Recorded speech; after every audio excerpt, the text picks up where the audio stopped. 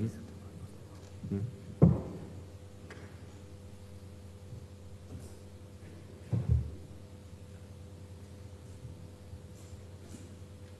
tam? Sme. OK. Úplne na začiatok musím ešte pomôcť kolegovi Petrovi Osuskému. Dávam procedurálny návrh na vyňatie bodu 28 spoločnej správy na samostatné hlasovanie, čo on nestihol spraviť vo svojom príhovore. A teraz sa idem venovať tomu, o čom som rozprával posledného 3/4 roka. Musím povedať v prvom rade, že voči stranám legitímne zvoleným do tohto parlamentu, ktoré ale nemajú zastúpenie v podobe poslaneckého klubu, to bolo trošku nedôstojné, to rokovanie posledného 3/4 roka.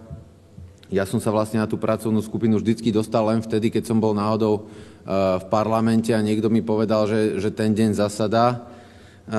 Ale napriek tomu som neustále otravoval s jednou konkrétnou vecou a to sú volebné paradoxy alebo nezmysly, ktoré sú súčasťou nášho volebného systému a ktoré spôsobujú to, že podľa môjho názoru je tento volebný systém neústavný a má množstvo chýb, ktoré potrebujeme napraviť. Keď sa pozriete na tú tabuľku, ktorú teraz máme na monitore, tak tam vidíte rozloženie hlasov a mandátov v jedných eurovoľbách. HZDS svojho času tam malo 74 241 hlasov, Smer 264 000, SDKU 140 000, SMK 93, SNS 45 000, KDH 89. A stačí si odobrať Smeru 14 000 hlasov a len vďaka tomu, že 14 000 voličov Smeru vtedy ostalo doma, zrazu STKU má 3 mandáty a KDH má iba 1. To znamená, že 14 000 voličov Smeru, ktorí prišli v tých eurovoľbách voliť Smer a chceli pomôcť Smeru nepomohli nijak. Smer mal stále 5 mandátov, ale týchto 14 000 voličov rozhodlo o tom, že KDH získa o 1 mandát menej a SDKU získa o 1 mandát viac. Ďalší paradox. Namodelujme si takýto výsledok volieb. Smer má 880 000 niečo hlasov, 62 mandátov, SDKU 390 000, 28 mandátov, Saska 307 022, KDH 215 000. Toto sú vlastne výsledky také, ako boli v roku 2010. A teraz si skúsime Smeru odobrať minus 400 hlasov, Saske odobereme 1000, KDH odobereme 6 000, Mostu 4 000, SNS 4 000 a SDKU ako jedinej strane pridáme 100. 100 hlasov by tam bola navyše. A keď sa pozrieme, čo by to spôsobilo podľa súčasného systému s počtom mandátov, tak jediné SDKU by o mandát prišlo. Takže napriek tomu, že by 100 ľudí volilo viacej, o 100 ľudí by bolo viacej voličov SDKU a všetky ostatné strany by prišlo voliť menej ľudí, tak podľa súčasného systému, ktorý nezmyselne prepočítava vlastne zvyšky po prerozdelení v tom druhom skrutíniu, tak mandátov by SDKU malo iba 27, kdežto podľa tých pôvodných malo 28. Takže ešte raz, môže sa nám stať vo voľbách, že keď všetky strany okrem jednej príde voliť menej ľudí a tú jednu príde voliť o 100 ľudí viacej, tak tá jedna tým o mandát príde a tým pádom vlastne ľudia, ktorí volili tú stranu, tak jej uškodili. Tých 100, keby tam neprišlo, tak by to bolo lepšie.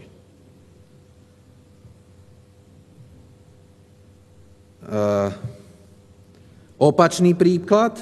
Máme opäť rozloženie volieb tak, ako boli v roku 2010. A teraz naopak. Všetkým stranám pridáme nejaký počet hlasov, Smeru 9900, SDKU 500, Saske 11700, KDH 2250 a SNS 5000 a Mostu jedinému uberieme 500 hlasov. A vo výsledku Most jediný bude mať o mandát viac, bude mať zo 14 15 a ostatné ostanú na tom tak, ako sú, len SDKU, aj keď by malo o 500 hlasov viac, tak by o jeden mandát prišlo. Toto spôsobuje súčasný volebný systém. Takzvané volebné paradoxy, ja tomu hovorím volebné nezmysly.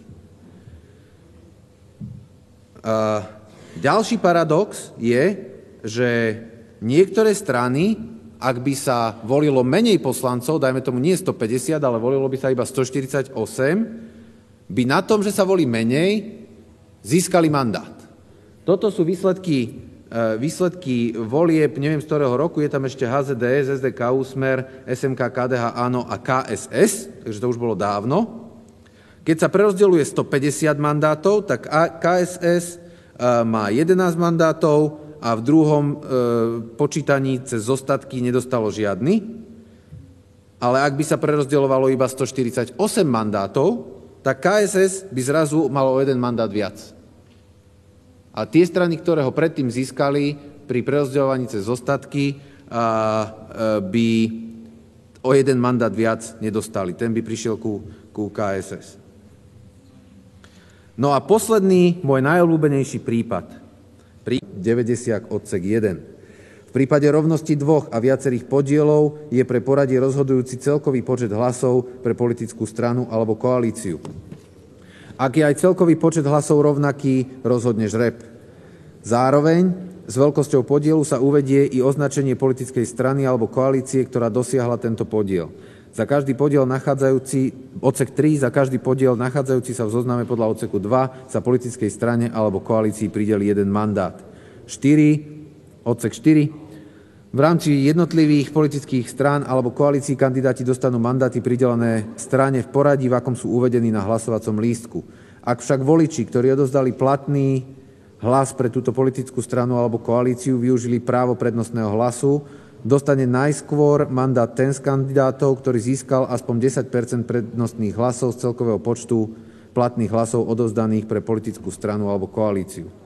Ak politickej strane alebo koalícii je pridelených viac mandátov a viac kandidátov splnilo podmienku podľa predchádzajúcej vety, mandáty dostanú kandidáti postupne v poradí podľa najvyššieho počtu získaných prednostných hlasov.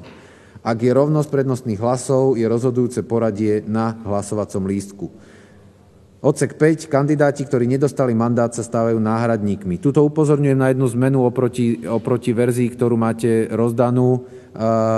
V odseku 4 to má byť 10% kvórum a nie 3%, tak ako je to uvedené, prosím, opravte si to, tam je rozdiel v voľbách do Národnej rady oproti voľbám do Európskeho parlamentu. Nie, že by som za zníženie toho kvóra nebol, ale nemalo by byť predmetom tohto pozmeňujúceho návrhu. Odôvodnenie. Slovenská metóda prideľovania mandátov ponúka priestor na existenciu volebných paradoxov, ktoré popierajú základné argumenty, prečo by sa volič mal zúčastniť volieb.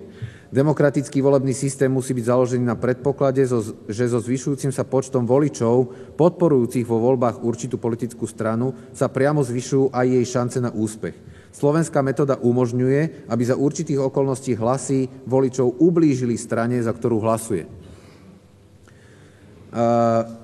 Slovenská metóda ponúka priestor, aby voliči svojou účasťou vo voľbách nepriamo podporili stranu, ktorú nechcú voliť.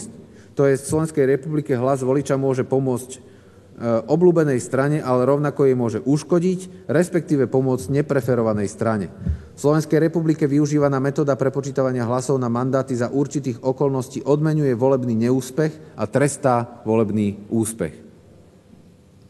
V tejto súvislosti je potrebné spomenúť rozhodnutie Federálneho ústavného súdu Nemecka z 3.7.2008, ktorý rozhodol, že mechanizmus prideľovania mandátov vo voľbách v Bundestagu je protiústavný. A toto je presne ten, ktorý máme my dnes, ten, ktorý mali Nemci pred rokom 2008. nakoľko môže dôjsť k efektu negatívnej váhy hlasu, čo znamená vlastne, že hlas pre konkrétnu stranu viacej strane uškodí, než by jej pomohol.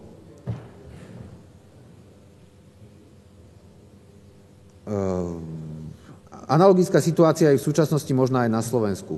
Vládny návrh ponecháva doterajší spôsob prideľovania mandátov, ktorý nesie podobné znaky protiústavnosti spochybňujúce rovnosť hlasovania vo voľbách a teda je volebný kódex napadnutelný na Ústavnom súde Slovenskej republiky. V prípade prijatia Websterovej metódy, ktorá je popísaná v tom pozmeňováku, ktorý som predniesol, sa vylúči možnosť, že hlasovaním za preferovanú stranu volič podporí nepreferovanú stranu, respektíve, že dôjde k situácii, že volič poškodí strane tým, že ju bol voliť. Zmenou metódy prepočítavania hlasov na mandáty sa teda nastolí situácia, pri ktorej bude za akýchkoľvek okolností platiť, že je pre politickú stranu vždy lepšie, ak získa vo voľbách viac hlasov. Websterová metóda sa využíva v súčasnosti v Nemecku, je neutrálna k politickým stranám. Pri porovnaní výsledkov prepočtov pôvodnej slovenskej metódy a Websterovej metódy vo voľbách do Národnej rady Slovenskej republiky a Európskeho parlamentu sa ukazuje, že obidve metódy ponúkajú rovnaké výsledky, čo znamená, že pri zmene súčasnej slovenskej metódy na Websterovú by zastúpenie jednotlivých politických strán v Národnej strane a v Európskom parlamente ostalo nezmenené. Až na výsledok posledných eurovolieb, tam si myslím, nie som si úplne istý, ale tam je možné, že by jeden mandát navyše získala strana Smer na úkor SDK. Pozrime sa tiež, čo umožňuje, neviem prečo technici vypli ešte tú prezentáciu, ale ocenil by som, keby sa vrátila naspäť. Ďakujem. A pozrieme sa ešte, čo umožňuje súčasný volebný systém, čo sa týka počtu hlasov potrebných na jeden mandát. Toto sú počty hlasov potrebných na jeden mandát v posledných eurovoľbách. SDKU na jeden mandát potrebovala 21 734 hlasov, Most cez 32 000 a obyčajní ľudia až cez 41 829 hlasov. To znamená, že na zisk jedného mandátu potrebovali obyčajní ľudia takmer dvojnásobok počtu hlasov oproti SDKU. A len samotný Richard Sulík mal viacej preferenčných hlasov, než tie, ktoré potrebovali SDKU na zisk jedného mandátu. Ja nevravím, že tie voľby dopadli zle. Ja som s nimi spokojný, len hovorím, že ten systém je zvnútra chorý. Nemôžeme mať na Slovensku systém, kde volením jednej strany tú stranu poškodím. Nemôžeme mať na Slovensku systém, kde volením konkrétnej strany A pomôžem strane B. A určite nemôžeme mať na Slovensku systém, kde volič dopredu nevie, čo ten jeho hlas spôsobí. A taký systém tu dnes, dámy a páni, máme. Ja som pripravený o detailoch sa s vami rozprávať hodiny a hodiny, tých príkladov je veľa, veľmi rád komukoľvek ukážem prepočty, ako by vlastne výsledky volieb vyzerali podľa toho návrhu, ktorý tu s Radom Procházkom teraz predkladáme. Ide mi o jedno, aby volebný systém na Slovensku bol spravodlivý a ústavný. A podľa všetkých indícií, ktoré som práve teraz povedal, prezentoval a ktoré dlhodobo prezentuje pán Dančišin z Prešovskej univerzity na svojom blogu a máte si možnosť ich tam prečítať do detailov. Podľa tých dôvodov, podľa všetkých týchto paradoxov a konkrétnych príkladov je náš volebný systém chorý a je potrebné ho zmeniť. Musím tiež povedať, že na jeho zmenu existujú v podstate viaceré možnosti. Jednu som prezentoval v tomto pozmeňováku, mal som pripravený ešte druhý pozmeňovák, na ktorý sa mi ale nepodarilo získať dostatok podpisov. A to z toho dôvodu, že kým tá Websterová metóda, ktorú som predložil v pozmeňováku, je podľa mňa najbližšie k dokonalému systému. Dokonalý systém neexistuje, ale tá Websterová je najbližšie k dokonalému systému, hlavne kvôli tomu, že je jednoduchá, čistá a nezvýhodňuje ani veľké strany, ani malé strany. A keby niekto chcel, tak aj s ňou sa dá hrať. Tým, že tam sa začína vlastne deliť 0,5, tak tam sme v strede. Medzi tým, čo sú veľké strany, malé strany, rozhodí sa im presne polovica tých mandátov na jednu stranu, na druhú. Keby sme začínali, dajme tomu, pri 0,3 a potom delili 1,3, 2,3 a tak ďalej, zvýhodníme malé strany. Otázka je politická, či chceme. Keby sme začínali pri 0,7, 0,8, alebo dajme tomu pri jednotke a potom išli o jedno číslo väčšie, zvýhodníme zase veľké strany a tiež je otázka, či to chceme. Ja som naschvál do toho pozmeňováku dal 0,5, aby sa začínalo pri nej, aby to bol neutrálny systém, ktorý nezvýhodní ani malé strany, ani veľké strany, ktorý jednoducho zabezpečí, že hlas voličov spôsobí zmenu mandátov len u tej strany, ktorú volili a u nikoho iného. Nie som veľmi spokojný s tým, že je tu toľko ľudí, koľko tu je. Myslím si, že to je veľmi dôležitá téma. Nie som veľmi spokojný s tým, že pán minister tu nie je, ale ospravedlnil sa pred tým, ako som začal rozprávať. Ja to beriem, že niečo potrebuje vybaviť a konec koncov hovoril som s ním o tom niekoľkokrát. Budem rád, keď sa k tomuto pozmeňováku vyjadrí vo svojej záverečnej reči. O znení obidvoch tých pozmeňujúcich návrhov, ktoré som mal pripravené, som hovoril aj so zástupcami ministerstva vnútra. Keď bude potrebné, veľmi rád dodám všetky prepočty všetkých volieb, ktoré sa na Slovensku konali podľa dnešného systému, aj podľa obidvoch tých pozmeňovákov, ktoré mám v ruke.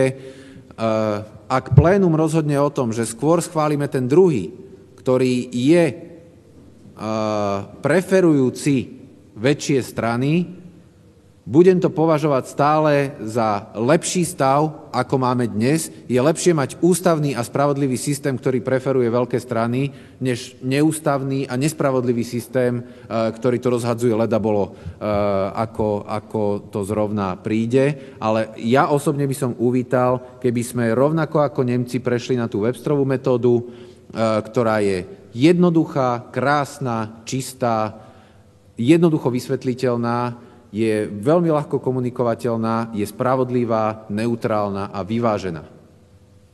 A je najbližšie k ideálnemu systému, čo sa týka spravodlivého prerozdelenia hlasov voličov vo voľbách.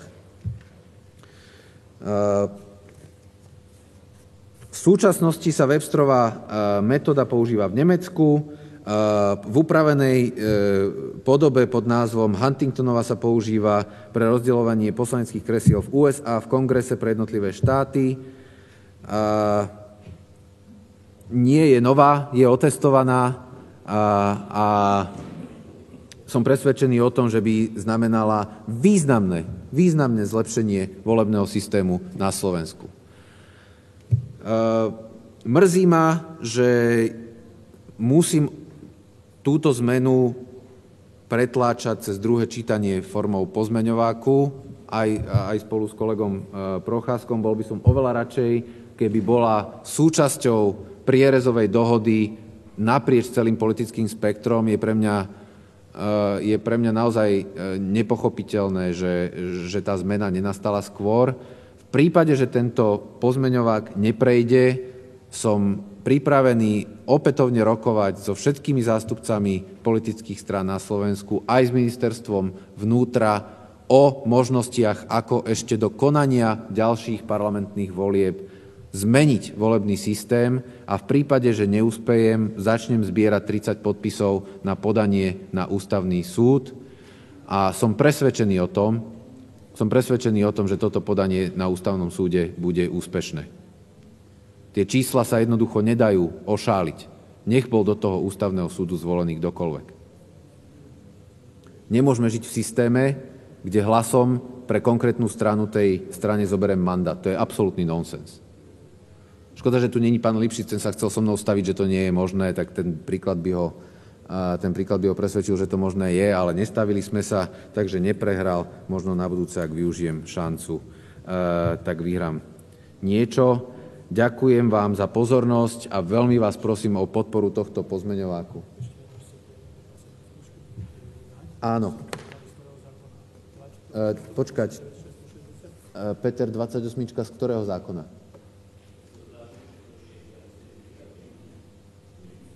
660, áno. Ďakujem pekne za pozornosť a prosím za podporu tohto pozmeňujúceho návrhu. Pekný deň. Faktickými poznámkami jeden poslanec, uzatváram možnosť prihlásiť sa, pán poslanec Osusky. Ďakujem pekne. Škoda, presne ako povedal Martin, že je tu tak málo ľudí, pretože to, čo som si vypočul teraz, je z iného súdka, ako boli moje pozmeňovacie návrhy, ale rovnako ako mojich, i tu mám pocit, že toto predsa, a nikto to nemôže povedať, preferuje nejakú stranu a robíme to pre nás. Robíme to pre tých budúcich a robíme to skutočne padni komu padni. A musím povedať, že ak tá hrstka z nás, čo si to tu vypočula, nepochopí to, že by to mala podporiť, tak potom musíme povedať, že sa príjme vedome, potom ako si mohli vypočuť, že to robia, zákon, ktorý je nielen nespravodlivý, ale aj protiústavný. A aby sa pri plnom vedomí príjmali protiústavné novely alebo zmeny zákonov, je predsa niečo do neba volajúceho. Ja som zažil veľmi nepríjemnú chvíľu dnes na výbore pre nezlučiteľnosť funkcií, keď som zažil pošľapanie ústavnej rovnosti občanov pred zákonom. Stávalo sa to opakovane a dnes sa to stalo znova a znova a musím povedať, že ma to rozlaďuje. Pretože ak nie je v ústave napísané, že existujú rôzni občania s rôznou odolnosťou voči paragrafom zákona a pravidiel hry, tak je to skutočne škodlivé. A to je aj skutočne príčinou toho, že jednou z dôležitých kvalifikácií a všetka česť Andrejovi Kiskovi pre voľbu prezidenta republiky bolo to, že nemá nič spoločné s politikou. A takýmito zákonmi, ktoré my tu ako politici vedome prijímame napriek tomu, že vieme, že šlapeme vedľa, vlastne vytvárame imič politiky, kde byť politikom je poškodzujúce teba samého. A ak tak budeme pokračovať, tak sa nemôžeme diviť 13% ani ničomu podobnému, lebo to je náš obraz.